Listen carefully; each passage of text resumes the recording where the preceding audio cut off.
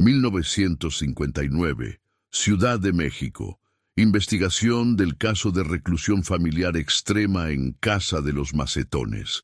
Y el rescate policial La Lluvia caía sobre las calles empedradas de la colonia Doctores, como si quisiera lavar los secretos que dormían en las casas cerradas. Era una tarde de septiembre de 1959, y la ciudad respiraba con ese ritmo lento y pegajoso que caracteriza al Valle de México cuando se acerca el final del verano. Los vendedores ambulantes recogían sus puestos. Las amas de casa regresaban de los mercados con las canastas llenas, y en algún lugar del barrio alguien tocaba una radio vieja que transmitía las boleros que hablaban de amores imposibles y traiciones silenciosas. Fue en esta atmósfera de aparente normalidad cuando llegó el primer reporte a la comisaría de policía. Una vecina, la señora Eulalia Rodríguez, había golpeado la puerta de la delegación con una urgencia que no podía ignorarse. Su rostro estaba pálido y sus manos temblaban mientras hablaba con el oficial de turno, un hombre joven llamado Sergeant Héctor Mendoza, que llevaba apenas 3 meses en el trabajo y aún creía que el mundo tenía sentido. La mujer hablaba de gritos, de niños que nunca salían de una casa, de ventanas cubiertas con cartón y trapos viejos. Hablaba de la Casa de los Macetones, así llamada, porque en su fachada descuidada había docenas de macetas con plantas marchitas, como si el abandono mismo fuera una enfermedad contagiosa que se hubiera apoderado del lugar. Si estás viendo esto, nos gustaría mucho que te suscribieras al canal y nos dejaras un comentario contándonos de dónde nos estás viendo. Tu apoyo significa todo para nosotros. Ahora, continúa con nosotros en esta historia que desvelará los secretos mejor guardados de la Ciudad de México. El Sergeant Mendoza escuchaba a la señora Rodríguez con esa mezcla de escepticismo y preocupación que caracteriza a los policías novatos. Había oído historias similares antes, muchas de ellas exageradas por el miedo o la malicia vecinal.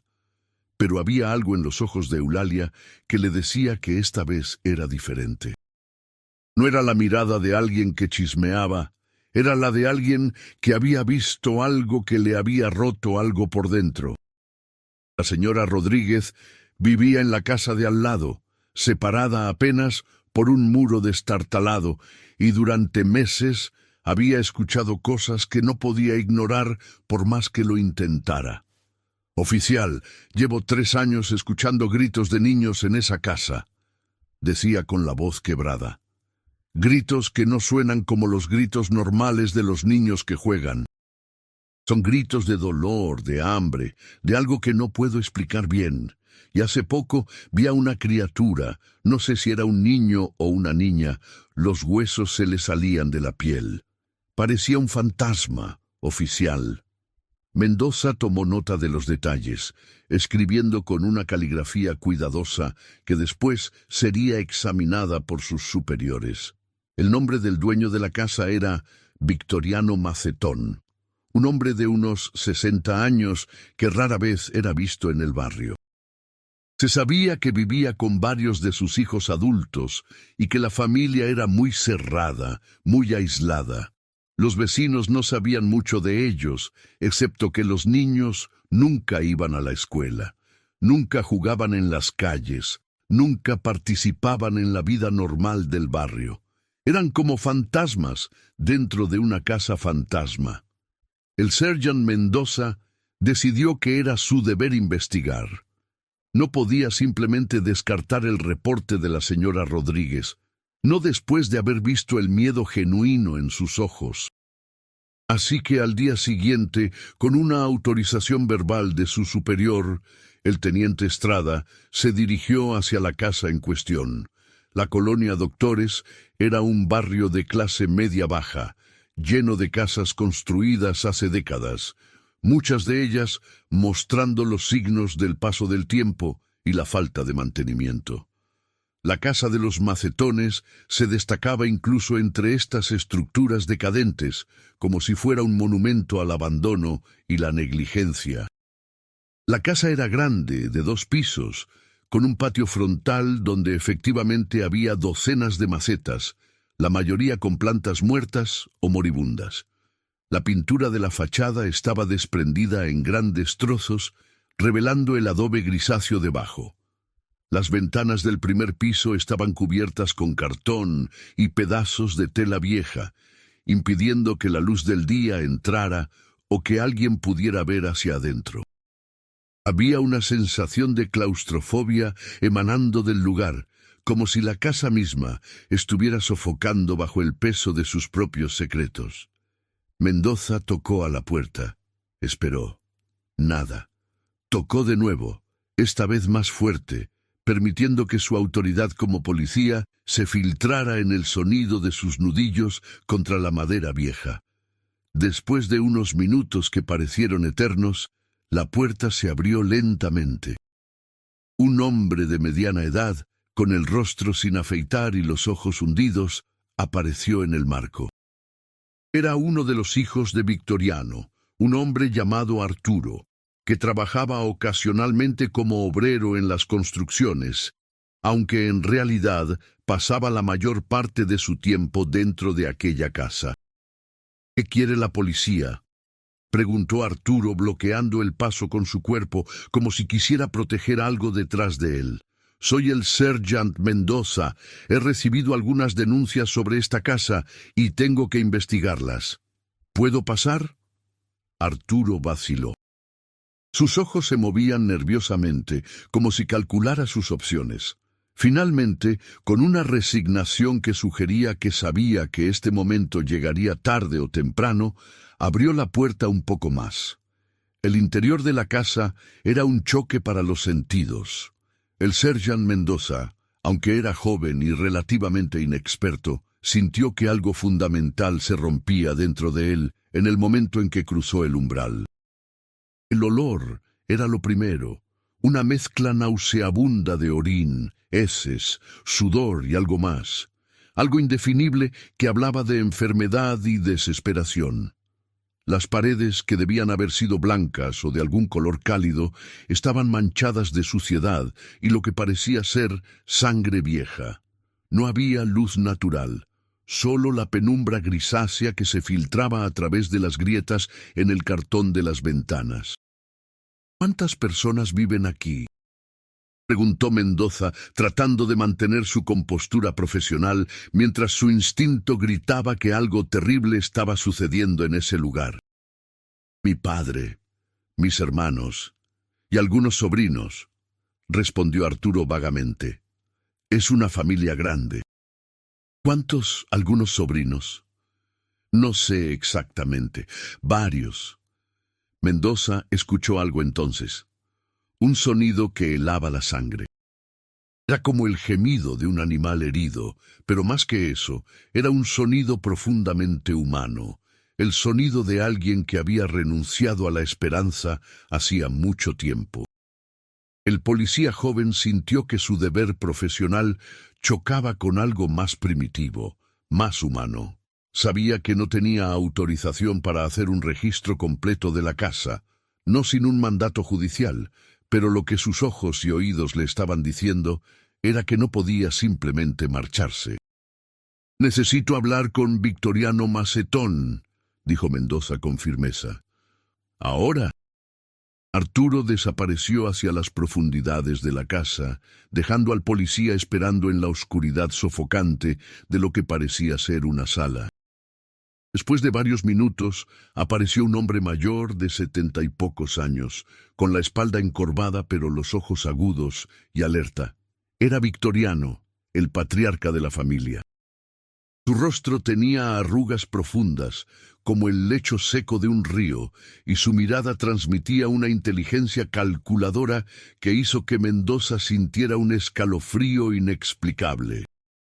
«Soy Victoriano Macetón», dijo el anciano, extendiendo una mano que Mendoza no quería tocar, pero que sintió obligado a estrechar.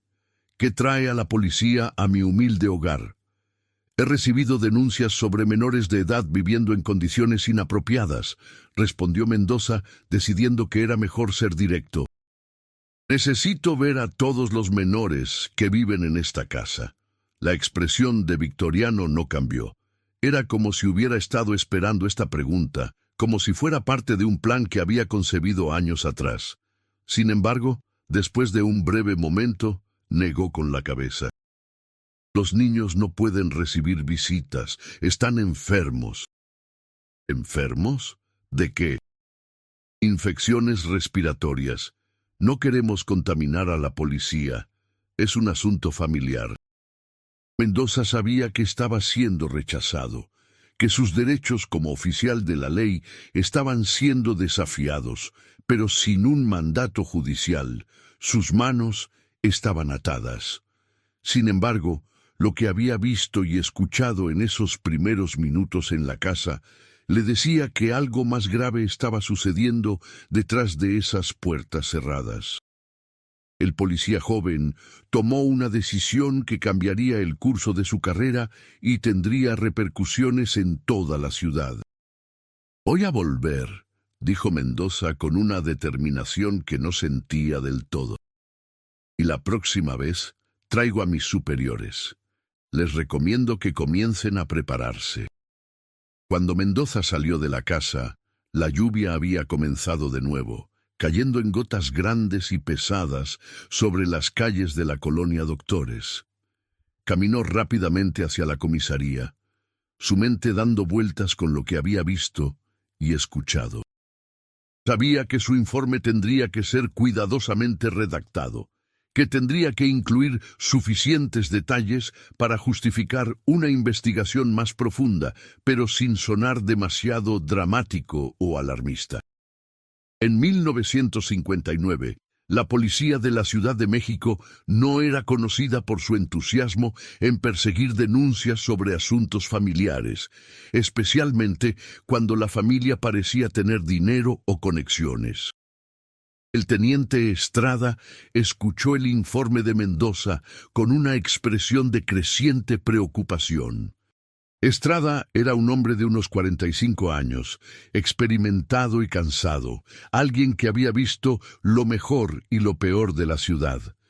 Había comenzado su carrera como policía común en las calles y había ascendido lentamente, no por conexiones políticas, sino por su dedicación meticulosa a su trabajo.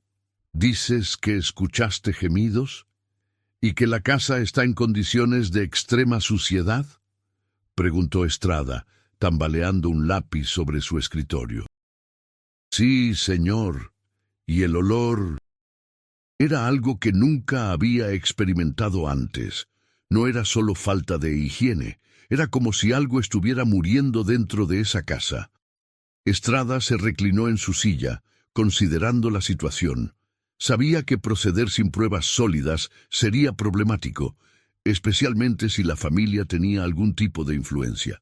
Pero también sabía que ignorar esta información sería una negligencia moral. Finalmente, tomó una decisión.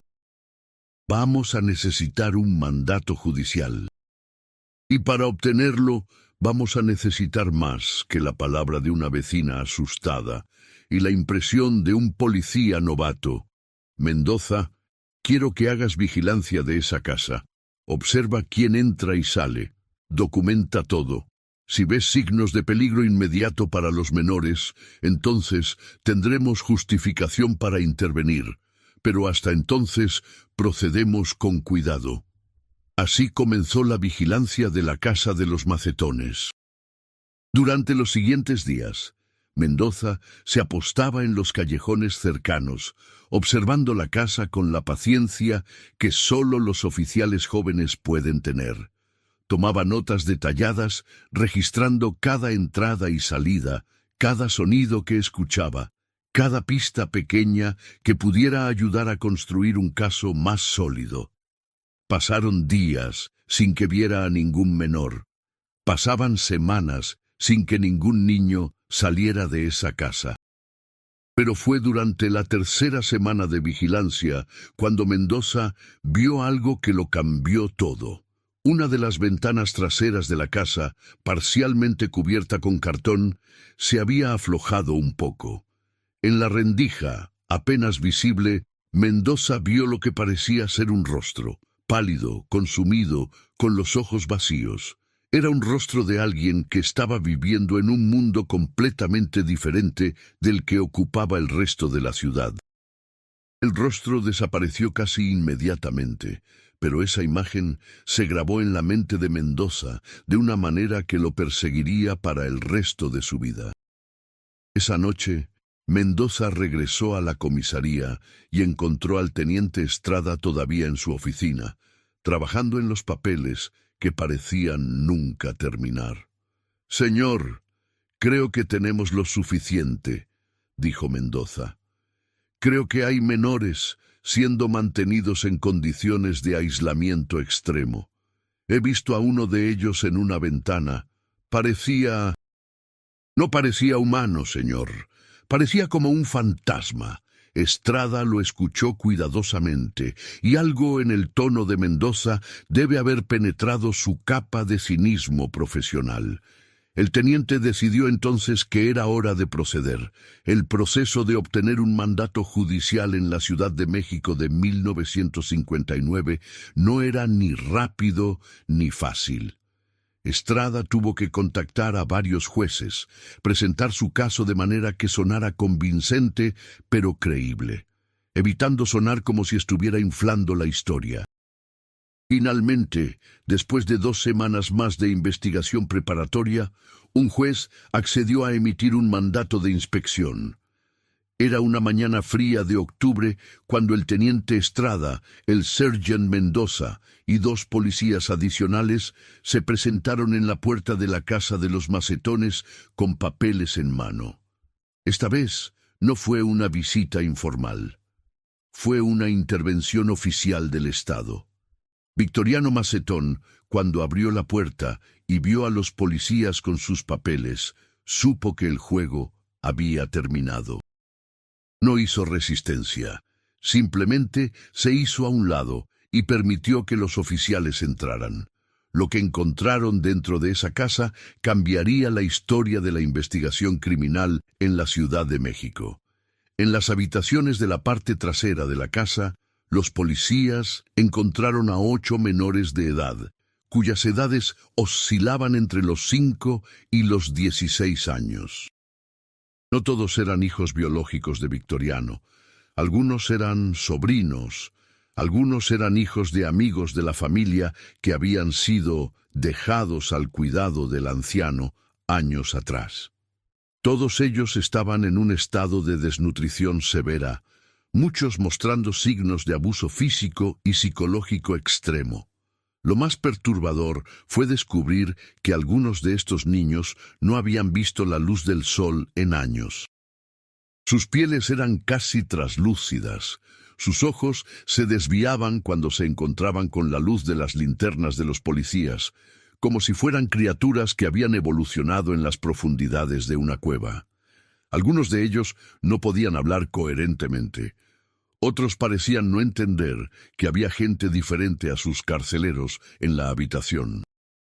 El teniente Estrada, a pesar de sus años de experiencia, sintió que algo se quebraba dentro de él cuando vio a una niña de aproximadamente 8 años acurrucada en una esquina, desnuda salvo por un trapo viejo alrededor de sus caderas, su cuerpo un mapa de cicatrices y moratones.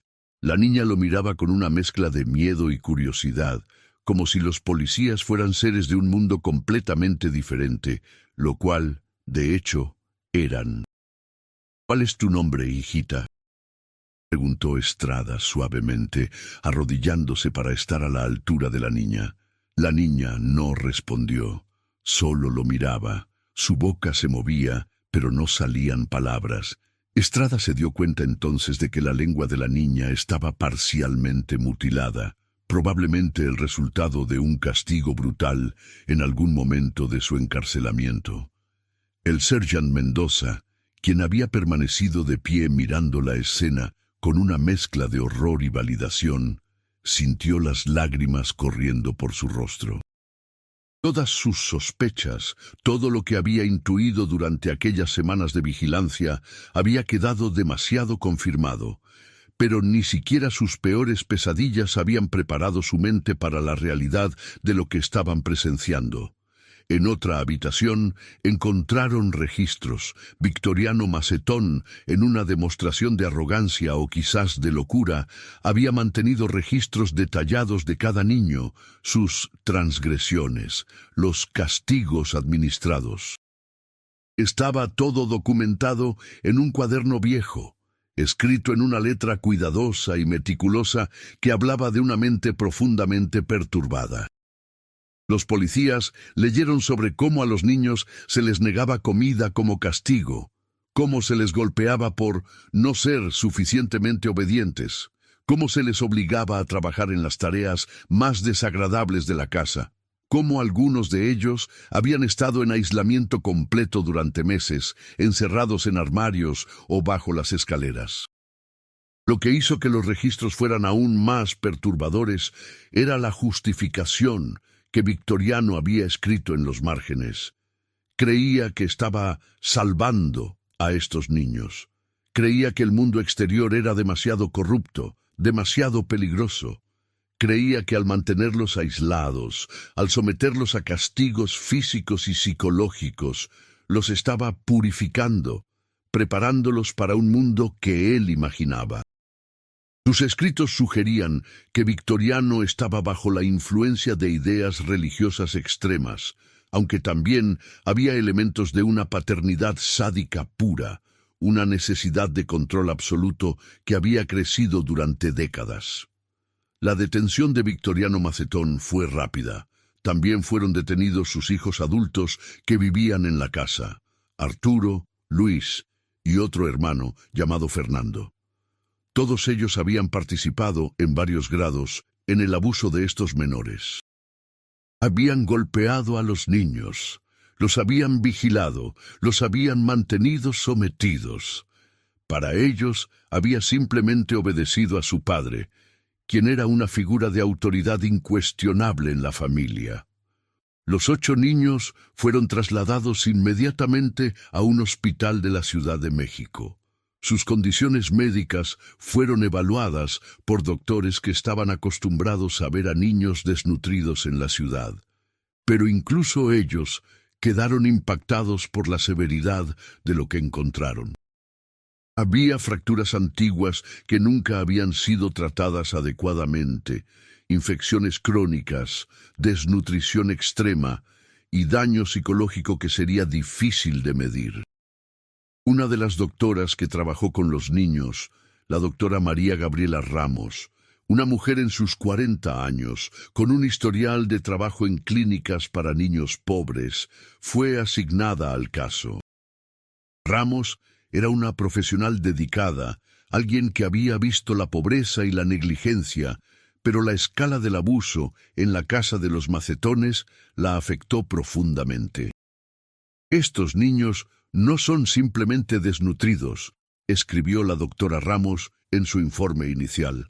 Son víctimas de un encarcelamiento psicológico que es tan completo como cualquier prisión física. Algunos de ellos están expresando delaciones de castigos por cosas que sus abusadores imaginaron. Una de las niñas tiene miedo a la comida porque ha sido entrenada para creer que comer la hará impura. Otro niño no puede hacer contacto visual porque ha sido castigado cada vez que lo intentaba.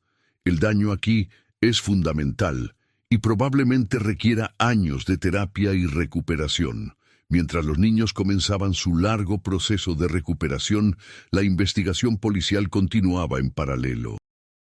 El teniente Estrada se encontró en el centro de un caso que estaba comenzando a atraer atención de la prensa local. Periódicos como el Excelsior y el Universal comenzaron a reportar sobre la Casa del Horror, como la llamaban dramáticamente. Las historias de abuso extremo de menores, de un viejo loco que había mantenido a niños en prisión doméstica durante años, capturaron la imaginación del público de la capital. Lo que hizo que el caso fuera aún más complicado fue descubrir los orígenes de algunos de los niños. No todos eran parientes de la familia Macetón. Algunos habían sido dejados al cuidado de Victoriano por padres desesperados que no podían cuidarlos. Otros habían sido prácticamente raptados de las calles por Victoriano, quien había convencido a sus familias que él podría proporcionarles una buena educación. En un caso particularmente perturbador, una madre había dejado a su hijo con Victoriano cuando el niño tenía apenas 6 años, esperando recogerlo unos meses después. Cuando finalmente fue a la casa 6 años después, su hijo de 12 años ya no la reconocía. Esta madre, una mujer llamada Soledad García, se convirtió en una figura central en la narrativa pública del caso. Cuando fue a recoger a su hijo a la comisaría después de su liberación, apenas lo reconoció.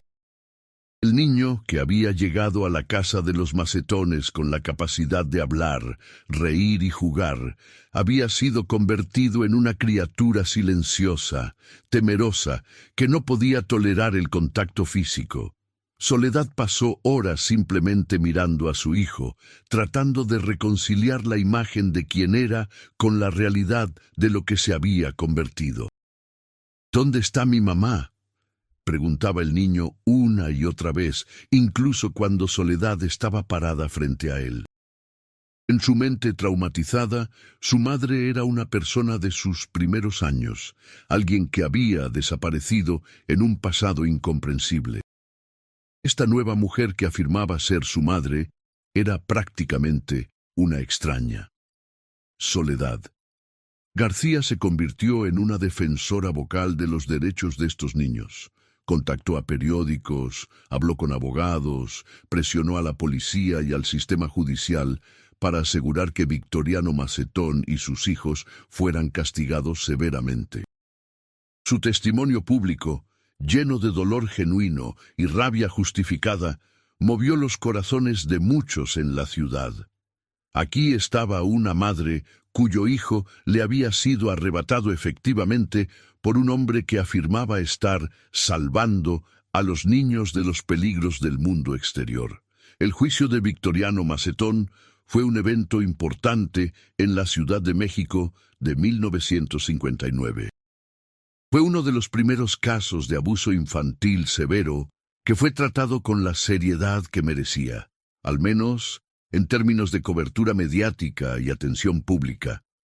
El sistema legal mexicano, aunque imperfecto y frecuentemente corrupto, fue presionado por la opinión pública para proporcionar justicia. El abogado defensor de Victoriano, un hombre llamado Licenciado Peralta, intentó argumentar que Victoriano estaba mentalmente incapacitado, que sus acciones, aunque equivocadas, habían sido motivadas por una creencia sincera de que estaba protegiendo a los niños. Peralta trató de presentar a Victoriano como una figura patética y demenciada, alguien que debería ser tratado con compasión médica en lugar de castigo penal. Pero el fiscal, un hombre llamado Licenciado Arturo Vélez, que estaba en su apogeo de carrera, destruyó este argumento sistemáticamente. Presentó los registros de Victoriano mostrando que sus acciones no eran el resultado de demencia, sino de un plan deliberado y consciente. Mostró que Victoriano había refinado sus métodos durante décadas, que había escondido cuidadosamente lo que estaba haciendo, que había manipulado a las familias de los niños con mentiras sofisticadas. Esto no era el comportamiento de un hombre mentalmente enfermo. Era el comportamiento de un depredador inteligente que había encontrado una manera de satisfacer sus necesidades sádicas mientras se escondía detrás de la autoridad patriarcal de la familia mexicana. Los otros 2 hermanos, Luis y Fernando, fueron presentados como cómplices. Aunque no habían iniciado el abuso, habían participado activamente en el mantenimiento del sistema. En particular, Fernando, el más joven de los hermanos, había mostrado una propensión especial por infligir dolor. Había mantenido sus propios registros de castigos que distribuía, y algunos de los niños habían testificado sobre cómo Fernando era particularmente cruel. Arturo, el hijo mayor que había abierto la puerta al Sergeant Mendoza en la primera visita, fue presentado como un hombre que había sido atrapado entre su lealtad filial y sus instintos morales, que habían sido completamente asfixiados años antes. Había pasado la mayor parte de su vida adulta bajo el control de su padre, y el abuso que había infligido sobre otros era una proyección del abuso que había sufrido en primera persona. El testimonio de los niños fue el elemento más poderoso del juicio, aunque también fue el más perturbador. Los abogados eran cuidadosos al interrogar a los menores, conscientes de que ya habían sufrido un trauma significativo. Sin embargo, incluso sus relatos fragmentarios y frecuentemente incoherentes de lo que habían experimentado fueron suficientes para llenar la sala de audiencias de una sensación de horror puro. Una de las niñas de 14 años fue lo suficientemente valiente como para describir cómo había sido golpeada por Fernando porque había mirado de manera inapropiada a su padre. Describió el peso del cinturón de cuero contra su espalda, el sonido de su propia voz gritando, la sensación de que algo dentro de ella se estaba rompiendo con cada golpe. Describió cómo, después, había sido confinada a un pequeño armario durante días, sin comida excepto por un poco de agua. Otra niña describió cómo le habían cortado las uñas de los pies hasta hacerlas sangrar como castigo por vanidad. Un niño habló sobre cómo lo habían obligado a permanecer de pie durante horas sin poder moverse, mientras su padre le gritaba sobre los pecados del mundo exterior. El juicio fue ampliamente reportado y la reacción pública fue de conmoción y demanda de justicia severa. No había simpatía por Victoriano Macetón. Las editoriales de los periódicos demandaban castigos significativos. La gente en las calles de la Ciudad de México hablaba sobre el caso con una mezcla de horror fascinado y rabia justificada. Cuando finalmente llegó el veredicto, fue condenatorio. Victoriano Macetón fue encontrado culpable de múltiples cargos, incluyendo abuso de menores, encarcelamiento ilegal y tortura. Le fue impuesta una sentencia de 30 años de prisión, una sentencia casi sin precedentes en México en 1959. Sus hijos fueron condenados también, aunque con sentencias más cortas. Luis recibió 25 años, Fernando 23 y Arturo 19. Para muchos en la ciudad, la sentencia fue insuficiente. ¿Cómo podrían 30 años reparar lo que había sido hecho a estos niños? ¿Cómo podría la justicia nunca ser completa cuando el daño era tan fundamental, tan profundo? Pero para los 8 niños que habían sido rescatados de la casa de los Macetones, la sentencia de Victoriano significó algo diferente. Significó que ya no tenía poder sobre sus vidas. Significó que podían comenzar el proceso largo y difícil de reconstruirse a partir de las ruinas de sus infancias robadas. El Sergeant Héctor Mendoza, quien había sido el primero en cuestionar lo que estaba sucediendo en esa casa sombría, fue acreditado por su dedicación a la investigación. Su superior, el teniente Estrada, escribió un informe especial elogiando la perspicacia de Mendoza. Aunque Mendoza nunca se volvería famoso, su nombre fue recordado dentro de la policía como alguien que había tenido el coraje de presionar más allá de las barreras iniciales, de perseguir sus instintos, incluso cuando enfrentaba la autoridad. Su carrera se desenvolvió de manera constante desde allí, y eventualmente se convirtió en un detective reconocido en la Ciudad de México. Pero la verdadera historia no terminó con las sentencias de Victoriano y sus hijos. La verdadera historia estaba apenas comenzando para los niños que habían sido rescatados. La recuperación de los 8 menores Fue un proceso lento y doloroso. Fueron colocados en varios hogares de acogida y instituciones después de ser dados de alta del hospital. La doctora María Gabriela Ramos continuó siendo una figura importante en sus vidas, trabajando incansablemente para ayudar a estos jóvenes a reconstruir algún sentido de normalidad. Uno de los niños, un muchacho llamado Javier que había pasado los últimos 7 años en la casa de los Macetones, llegó a la clínica de la doctora Ramos 3 meses después de su liberación, aún sin poder hablar más de unas pocas palabras. Javier había sido un niño normal, un estudiante de escuela ordinario, cuando fue dejado al cuidado de Victoriano Macetón. En el lapso de 7 años, había sido convertido en prácticamente un mudo. «Quiero que hablemos sobre lo que recuerdas antes de la casa de los Macetones», le dijo la doctora Ramos a Javier durante una de sus sesiones, hablando en un tono suave y sin presión. «Quiero que recuerdes al niño que eras». Javier miraba hacia el piso, sus dedos jugando nerviosamente con el dobladillo de su camiseta. Pasaron minutos en silencio. Luego, con una voz tan baja que casi era inaudible, comenzó a hablar. «Mi mamá me hacía tamales», dijo Javier lentamente. «Me hacía tamales en Navidad. Había maíz y pollo. Eran buenos. Yo los comía». Fue una frase simple, la recolección de algo ordinario y hermoso de su vida anterior. Pero en ese momento, fue un momento de quiebre. Fue Javier permitiéndose recordar que había sido algo diferente a lo que Victoriano Macetón lo había hecho. Fue el comienzo de un viaje de redescubrimiento. Otro de los niños, una muchacha llamada Catalina, que había estado bajo el control de Victoriano durante 9 años. Desde los 5 años pasó por un proceso completamente diferente de recuperación. Catalina había sido tan profundamente traumatizada que durante los primeros meses después de su liberación apenas parecía consciente del mundo que la rodeaba. Pasaba horas mirando hacia la nada, su expresión tan vacía que algunos de los trabajadores de los hogares de acogida se preguntaban si algo en ella podría jamás ser reparado.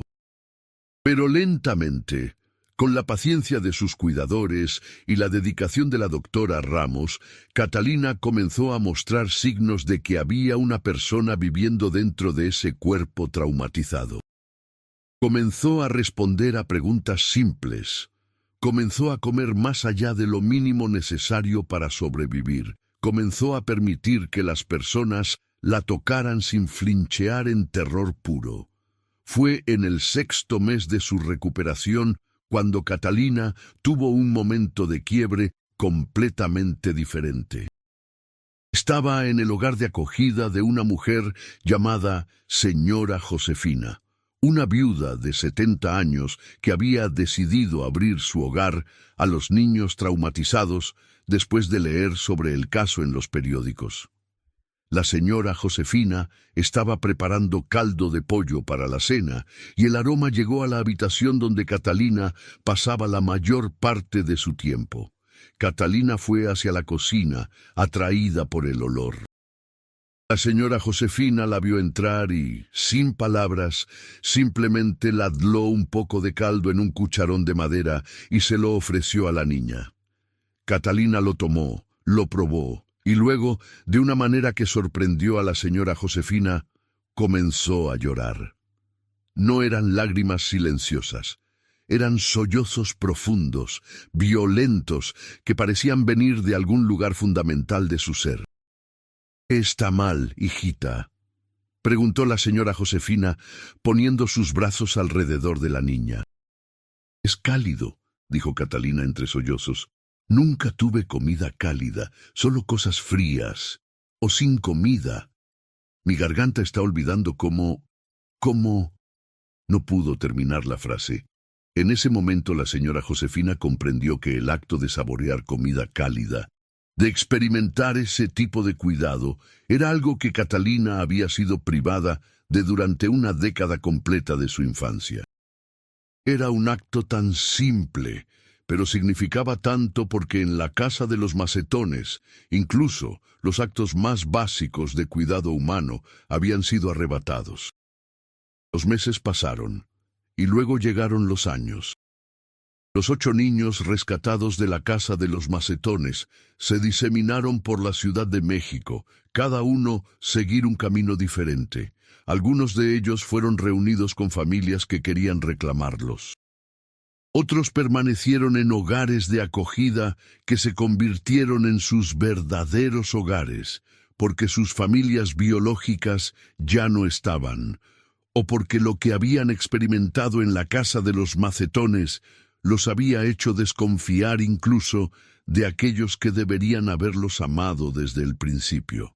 Javier, el muchacho que había recordado los tamales de su madre, fue efectivamente reunido con su madre un año después de su liberación. La reunión fue agridulce. Su madre estaba viva, estaba ansiosa por tenerlo de nuevo, pero el niño que había dejado aquella tarde años atrás ya no existía. El joven que llegó a su hogar era un extraño que simplemente parecía tener sus características faciales.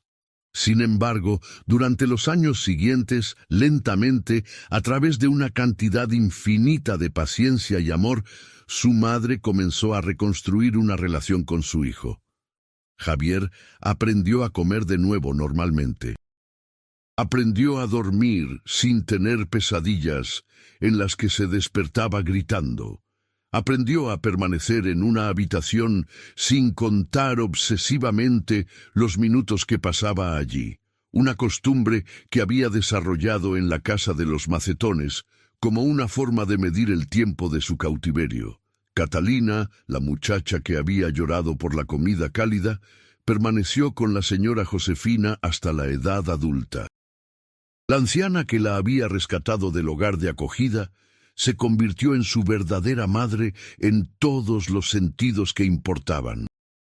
La señora Josefina fue paciente, dedicada, y ofreció el tipo de amor incondicional que Catalina nunca había experimentado. Cuando Catalina finalmente cumplió 18 años, la señora Josefina le ayudó a inscribirse en una escuela de secretariado. Catalina pasó años recuperándose de su trauma, pero gradualmente, muy gradualmente, comenzó a descubrir que había un futuro para ella más allá de los confines de la casa de los macetones.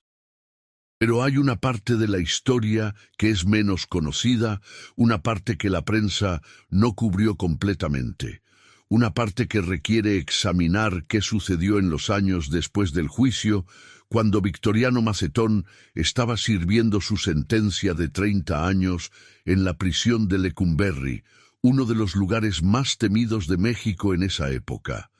Victoriano Macetón no sirvió sus 30 años completos. Murió en 1971, 12 años después de su encarcelamiento, a los 82 años de edad. La causa oficial de muerte fue un infarto, pero las historias que circulaban entre los prisioneros sugerían algo más. Se decía que Victoriano había sido tratado severamente por otros prisioneros, que los criminales con los que compartía la prisión tenían una particular aversión hacia alguien que abusaba de niños. Se decía que había sido envenenado, o que había sido golpeado hasta la muerte, o que simplemente había dejado de resistir y había permitido que la edad y el entorno lo consumieran.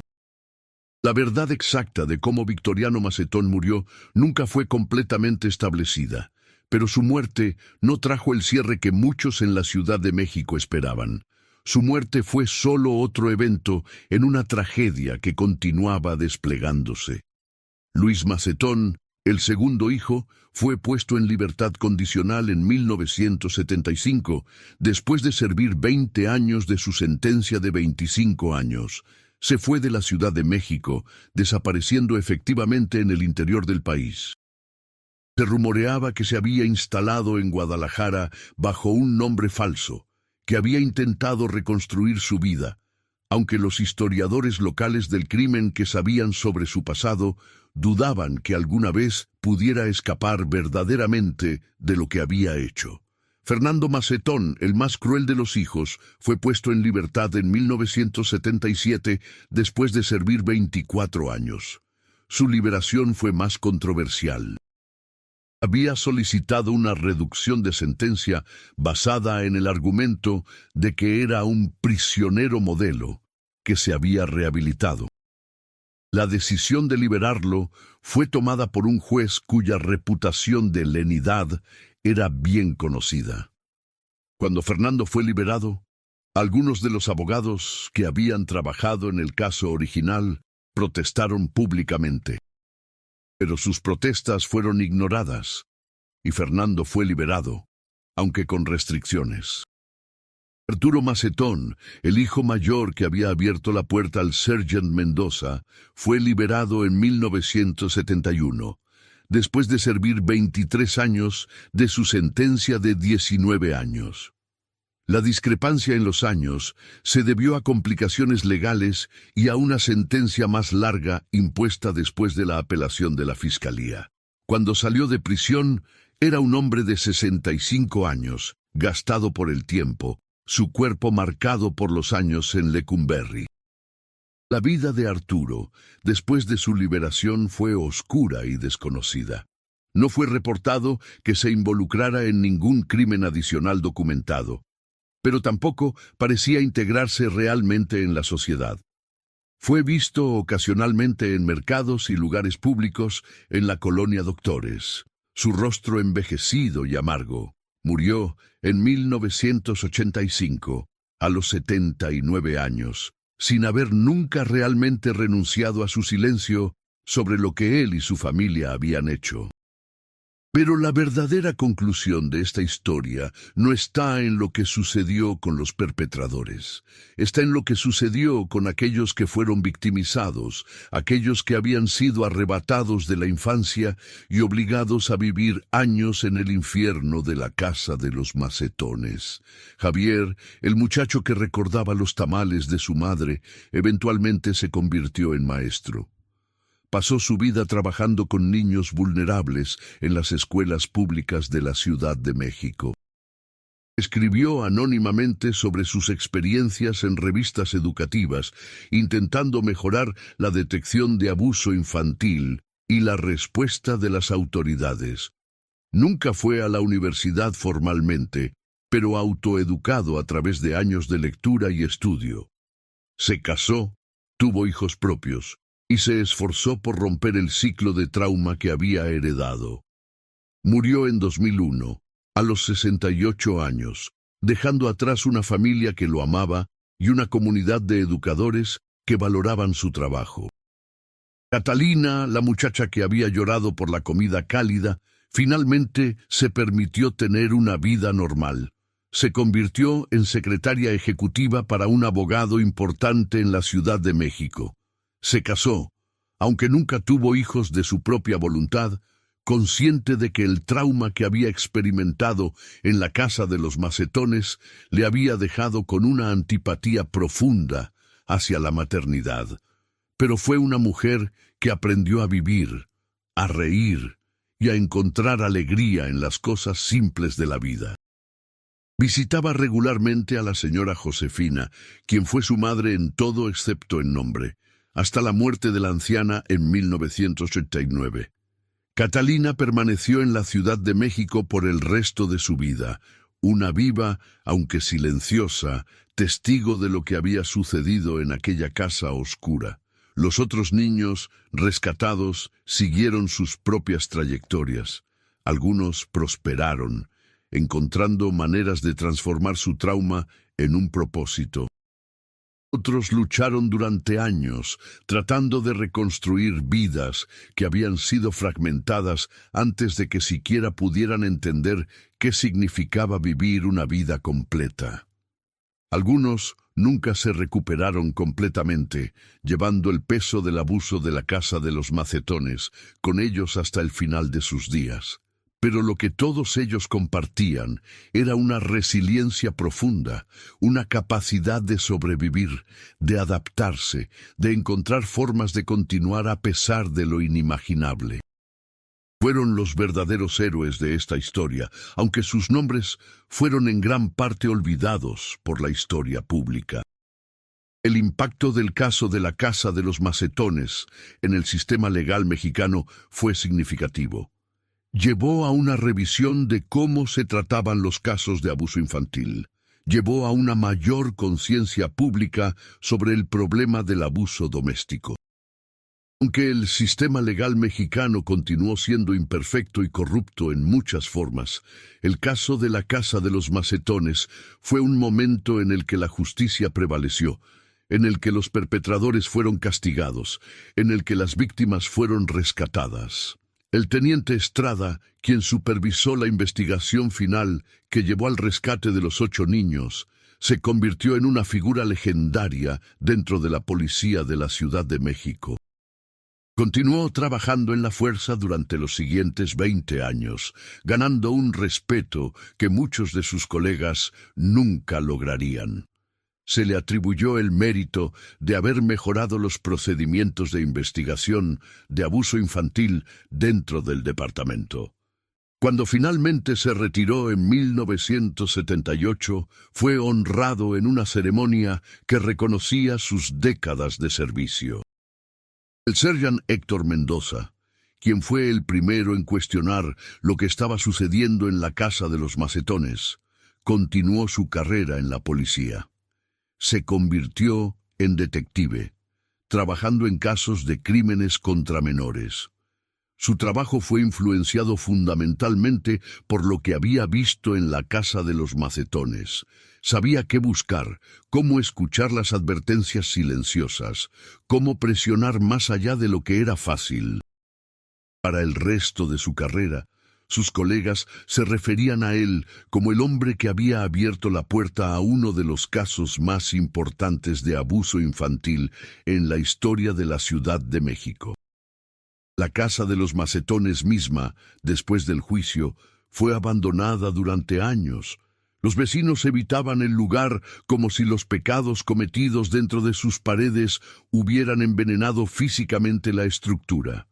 Eventualmente, la casa fue demolida en 1982, 19 años después del rescate de los niños.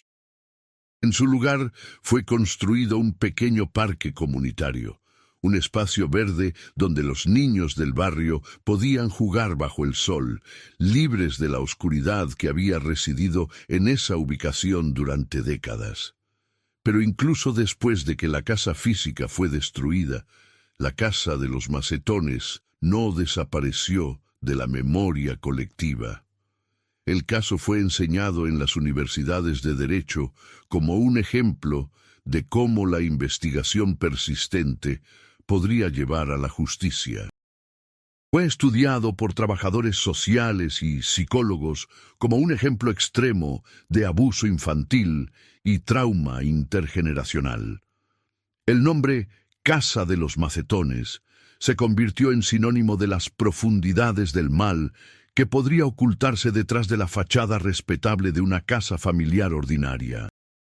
Décadas después, en las primeras décadas del siglo XXI, historiadores e investigadores comenzaron a rastrear a algunos de los niños rescatados, intentando documentar sus vidas, intentando entender cómo habían sobrevivido, cómo habían prosperado a pesar de las probabilidades. Fue un trabajo importante, porque permitió que las historias de estas personas victimizadas no fueran simplemente parte de un titular de periódico sensacionalista, sino que fueran reconocidas como narrativas complejas de resiliencia humana. Una historiadora llamada Elena Fuentes pasó años investigando el caso. Habló con los sobrevivientes, con las familias de aquellos que habían muerto, con los policías y abogados que habían trabajado en el caso. Lo que descubrió fue una historia más profunda que simplemente una mera narración de abuso y rescate. Era una historia sobre la capacidad del cuerpo humano, la mente humana, el espíritu humano, para soportar el trauma casi incomparable y luego reconstruirse. Fuentes escribió un libro sobre el caso titulado En las sombras, sobrevivencia y redención en la casa de los macetones. El libro fue publicado en 2003, casi 45 años después de que los niños fueron rescatados. Aunque no se convirtió en un bestseller masivo, tuvo un impacto significativo en los círculos académicos y entre aquellos interesados en la historia de los derechos humanos en México. El libro de Fuentes también trajo una renovada atención a algunos de los sobrevivientes que aún estaban vivos. Javier, quien para entonces estaba jubilado de su carrera como maestro, fue entrevistado por una estación de televisión local. Habló sobre sus experiencias de una manera que fue tanto desgarradora como inspiradora. Habló sobre cómo había aprendido a perdonar, no a Victoriano Macetón ni a sus hijos, sino a sí mismo, por las formas en que el trauma lo había afectado, por los años de rabia y confusión. «No puedo cambiar lo que pasó», dijo Javier en la entrevista, sus palabras en ese momento siendo transmitidas a través de los hogares de la Ciudad de México. «No puedo recuperar los años que me fueron robados, pero puedo hacer que los años que tengo ahora signifiquen algo. Puedo trabajar para asegurar que otros niños no pasen por lo que pasé yo. Puedo vivir de una manera que honre a aquellos que no sobrevivieron al trauma, de manera que pudieran tener vidas funcionales». Catalina, quien estaba en sus 70 años para entonces, fue también contactada. Ella fue menos dispuesta a hablar públicamente, pero en una entrevista breve con la historiadora Fuentes, reveló algo que había mantenido privado durante décadas. «Hay una razón por la que viví», dijo Catalina. Y esa razón fue la señora Josefina. Ella me mostró que la bondad era posible, que la comida podía ser cálida, que una persona podía ser tocada sin que signifique dolor. Si ella no hubiera estado allí, creo que no habría estado aquí ahora. La señora Josefina salvó mi vida, no solo del peligro físico, sino de la desesperación total. El legado final de la casa de los Macetones no fue simplemente la punición de Victoriano Macetón y sus hijos. No fue simplemente el rescate de 8 niños traumatizados. El legado fue la demostración de que incluso en circunstancias de trauma aparentemente insuperable, los seres humanos tienen la capacidad de recuperarse, de crecer, de encontrar significado y propósito. El caso también dejó un legado en términos de cómo la sociedad mexicana entendía el abuso infantil. Antes de la casa de los Macetones, el abuso infantil había sido considerado en gran medida como un asunto familiar privado, algo que no debería ser interferido por las autoridades externas. Después del caso de la casa de los Macetones, hubo un cambio gradual en esta mentalidad. La idea de que el Estado tenía una responsabilidad de proteger a los niños comenzó a ganarse aceptación, aunque la implementación de esta idea fue mucho más lenta y problemática. En las décadas siguientes, México vería mejoras en su sistema de protección infantil, aunque frecuentemente estas mejoras fueron insuficientes. El caso de la casa de los Macetones fue frecuentemente citado como un precedente, como un recordatorio de lo que podía suceder cuando el abuso infantil no era reportado o investigado adecuadamente. Los registros de Victoriano Macetón, aquellos cuadernos en los que documentaba meticulosamente los castigos que infligía, fueron preservados en los archivos de la ciudad como documentos históricos. Algunos historiadores argumentaron que deberían ser destruidos, que perpetuaban el trauma, documentando explícitamente los detalles del abuso. Otros argumentaron que preservarlos era importante para entender el alcance completo de lo que había ocurrido. Los registros permanecieron, aunque no fueron publicados en su totalidad, preservados en una bóveda bajo control cuidadoso. La calle donde se ubicaba la casa de los macetones fue renombrada no oficialmente, pero en el lenguaje común de los vecinos. Se conocía como la calle del rescate, una designación que honraba tanto a aquellos que habían sufrido allí como a aquellos que habían respondido al llamado de la humanidad para liberarlos. Años después, cuando la demolición de la casa finalmente ocurrió en 1982, fue un evento que fue celebrado silenciosamente por los vecinos del barrio. Los trabajadores que demolieron la estructura reportaron una sensación de alivio cuando finalmente la casa fue reducida a escombros. Era como si la opresión física que la casa misma había ejercido sobre el barrio fuera finalmente liberada. El parque que fue construido en el sitio se llamó Parque de los Niños Liberados, un nombre que no fue elegido por ninguna decisión administrativa formal, sino que simplemente surgió del lenguaje de los vecinos y se mantuvo. Fue un pequeño acto de recordatorio permanente, un memorial viviente a aquellos que habían sufrido y a aquellos que habían tenido el coraje de intervenir. Pero quizás la conclusión más importante de esta historia no es sobre la justicia formal, ni sobre las sentencias impuestas, ni sobre los años que los perpetradores pasaron en prisión. Es sobre las vidas de aquellos que fueron rescatados, sobre su capacidad de seguir adelante, de transformar el trauma en significado, de vivir vidas que honraban a aquellos que no habían sobrevivido, a aquellos cuyas historias nunca fueron completamente conocidas. Javier, quien murió en 2001, dejó atrás cientos de estudiantes que había influenciado, jóvenes que habían sido salvados del abandono educativo por un hombre que entendía profundamente lo que significaba estar en las márgenes de la sociedad. Catalina, quien sobrevivió a Javier, continuó visitando el Parque de los Niños Liberados hasta el final de su vida, a menudo sentándose sola en una banca, mirando a los niños que jugaban allí, libres de la oscuridad que ella había experimentado. Los otros sobrevivientes, cuyas historias completas nunca fueron documentadas públicamente, vivieron vidas que fueron sus propios monumentos a la resiliencia. Algunos de ellos nunca hablaron públicamente sobre sus experiencias. Otros, en ocasiones privadas, compartieron fragmentos de sus historias con amigos de confianza o profesionales de la salud mental. Lo que todos ellos compartían era la comprensión profunda, más profunda que la mayoría de los seres humanos jamás tendrían que comprender, de cuán frágil es la inocencia, cuán rápidamente puede ser robada y, sin embargo, cuán notable es la capacidad humana de reconstruir algo que se pensaba estaba irreparablemente destruido. La investigación que el Sergeant Mendoza había iniciado con su visita a una casa oscura en la colonia Doctores, en septiembre de 1959, había llevado a más que simplemente el rescate de 8 niños.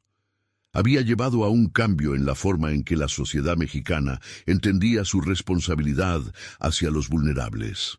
Había llevado a un reconocimiento de que el abuso infantil no era simplemente un asunto privado, sino una cuestión de interés público e intervención estatal legítima.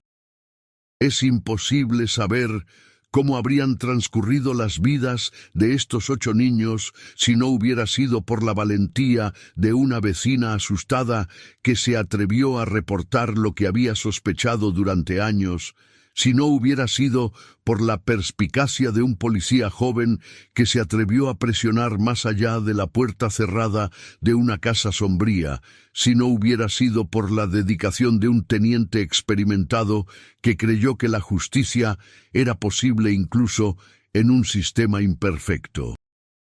Pero la historia que sí sabemos es la de 8 niños que fueron sacados de la oscuridad, que fueron dados la oportunidad de vivir vidas que fueran suyas propias, que encontraron formas de transformar el trauma en significado. Esa es la historia que permanece, que debe ser recordada, que debe servir como un recordatorio de la importancia de estar atento, de estar dispuesto a actuar, de creer que la justicia, aunque imperfecta, es posible. La Ciudad de México en 1959 era un lugar de contrastes violentos, belleza y pobreza, modernidad y tradición antigua, esperanza y desesperación. En medio de estos contrastes, una casa pequeña había contenido un infierno personal. Pero también en medio de estos contrastes, había habido a aquellos que se negaron a permitir que ese infierno continuara en silencio. Había habido a aquellos que habían creído que la vida de 8 niños, la dignidad de 8 niños, la humanidad de 8 niños, era algo digno de ser salvado. Ese acto de salvación, ese acto de fe en la posibilidad de justicia, ese acto de humanidad en el centro de un sistema frecuentemente deshumanizado, fue lo que realmente definió la historia de la Casa de los Macetones. No fue simplemente una historia de crimen y castigo. Fue una historia de redención, de resiliencia, de la capacidad del espíritu humano de no solo sobrevivir al horror, sino de prosperar a pesar de él. Y en las calles de la colonia Doctores, en el pequeño parque donde una vez se erguía la Casa de los Macetones, los niños continuaban jugando bajo el sol, libres de la oscuridad que sus predecesores habían experimentado, viviendo las vidas ordinarias y hermosas que todos los niños merecen tener. Ese era el legado final, el más importante, de la investigación que había comenzado con un toque a una puerta cerrada hace más de 6 décadas.